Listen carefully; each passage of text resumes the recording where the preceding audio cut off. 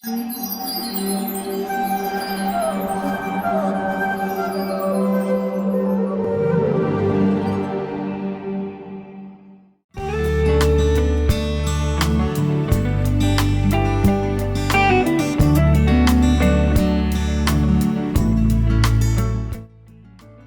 कृष्णा।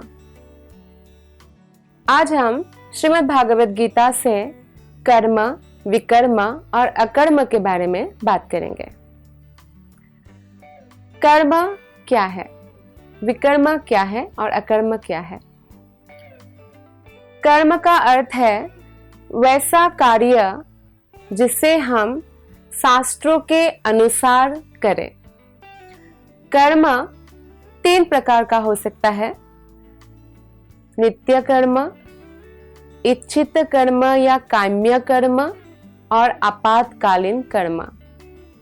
नित्य कर्म अर्थात जो अपरिहार्य है, हमारा स्वधर्म। जैसे अर्जुन क्षत्रिय था तो अर्जुन के लिए युद्ध में लड़ना अपरिहार्य था, तो वो स्वधर्म है। दूसरा, हमारे जो दैनंदिन जीवन में अगर उदाहरण दे, जैसे कि कोई स्टूडेंट है तो अध्ययन करना अपरिहार्य है, उसका नित्य कर्म है। इच्छित कर्म या काम्य कर्म का अर्थ है जो हमने इच्छा किया है हमारी इंद्रिय तृप्ति के लिए, तो वो काम्य कर्म है। और एक है आपातकालीन कर्म, जैसे इमरजेंसी में सरकार का रूल भी थोड़ा बदल जाता है ना, तो इस प्रकार से फॉर एग्जाम्पल एक भक्त है और वह हमेशा अपने हाथ का बनाया हुआ ही भोग कृष्ण को लगाकर प्रसाद ग्रहण करते हैं, लेकिन कोई बिजनेस टूर में है और आसपास कोई मंदिर में या कोई भी उनको प्रसादम अवेलेबल नहीं मिला, तो कोई वेजिटेरियन रेस्टोरेंट में उन्होंने मन से भोग लगाकर ग्रहण किया। या बहुत लंबा फ्लाइट है 15-16 घंटा का और उनके पास कुछ भी नहीं है, मेडिसिन लेना है, तो ये इमरजेंसी हो गया, तो उस समय जो वो कर्म करते हैं वो है। तो जो नित्य कर्म है, कर्म के अंदर जो नित्य कर्म है, वो जब हम भगवान श्री कृष्ण के प्रति शरणागत होकर करते हैं तो उस कर्म का हमें कोई फल नहीं भुगतना पड़ता। जैसे कि अर्जुन ने युद्ध किया, बहुत लोगों को मारा, लेकिन उन्होंने स्वधर्म का पालन किया, तो इसकी वजह से उनको इसका पाप या पुण्य का फल नहीं भुगतना पड़ेगा। तो ये नित्य कर्म को हम इस प्रकार से अकर्म में बदल सकते हैं। अब हम धीरे धीरे आएंगे। तो कर्म 3 प्रकार का: नित्य कर्म, इच्छित कर्म, आपातकालीन कर्म। ये सभी कर्म शास्त्रों के हिसाब से व्यक्ति करेंगे और उसका फल अच्छा या बुरा उनको मिलेगा। जैसे कोई स्वधर्म का पालन करे, बड़ा अच्छा क्षत्रिय राजा है तो पालन किया और बहुत अच्छे से युद्ध किया और वीर गति को प्राप्त किया, तो वो स्वर्गलोक जाएगा। विकर्म का अर्थ है शास्त्र विहित कर्म, जैसे मांसाहार करना, नशा करना, जुआ खेलना, अवैध यौन संबंध बनाना या किसी का मर्डर कर देना, तो ये शास्त्रों के अगेंस्ट है, शास्त्रों में मना किया गया है। शास्त्रों में ये सब कार्य को विकर्म बताया गया है।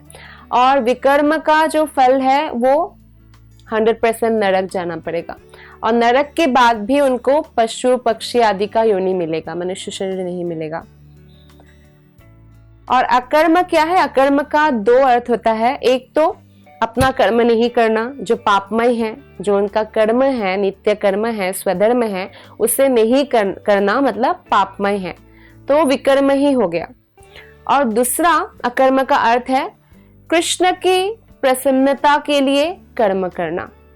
जैसे एक नॉर्मल व्यक्ति भी खाते हैं, सोते हैं, शादी करते हैं, बच्चा पैदा करते हैं, बच्चों को स्कूल भेजते हैं, कंपनी में नौकरी करते हैं।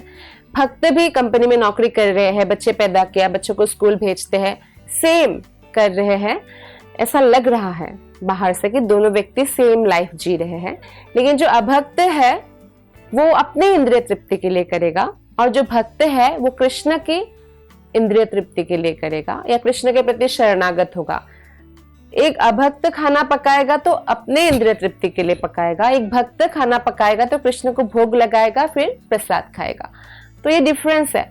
तो अकर्म मतलब जब हम सिर्फ भगवान श्री कृष्ण की प्रसन्नता के लिए कार्य करें तो उसका हमें ना कोई पाप फल मिलेगा ना पुण्य फल मिलेगा।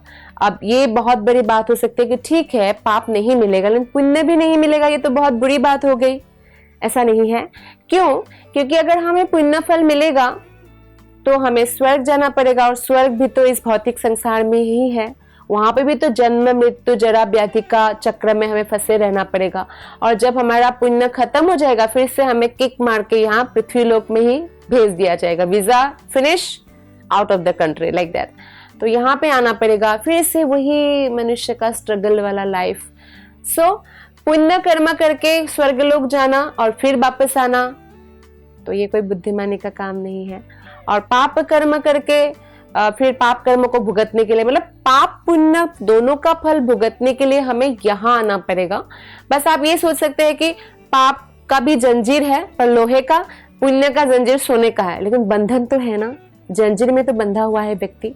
तो इसलिए बुद्धिमान व्यक्ति पाप पुण्य के चक्कर में नहीं पड़ते हैं और अकर्म करते हैं, अर्थात पूर्णतः कृष्ण के प्रति सरेंडर होकर कृष्ण की प्रसन्नता के लिए शास्त्रों के अनुसार कार्य करते हैं। धन्यवाद। हरे कृष्ण।